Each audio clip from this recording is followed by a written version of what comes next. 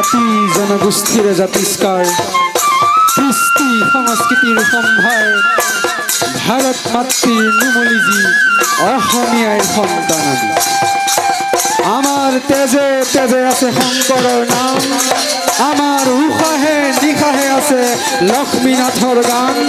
আমাৰ মুখে মুখে আছে ভূপেন্দাৰ সুৰতান যদিও বা আমি তিৱা আমি ৰাভা আমি বড়ো আমি মিচিং আমি কোচ আমি কছাৰী তথাপি শংকৰজনৰ সেই সুৰৰ মাজত বান্ধ খাই আমি অসমীয়া হ'বই লাগিব জাতিৰ স্বাৰ্থত ভেটিৰ স্বাৰ্থত আমি অসমীয়া আছিলোঁ অসমীয়া আছোঁ আৰু ভৱিষ্যতেও অসমীয়া হৈ থাকিব লাগিব যাতে শত সহস্ৰ বছৰৰ পাছতো সেই লুইতৰ পাৰত সমবেত হৈ সমস্তৰে গাব পাৰোঁ।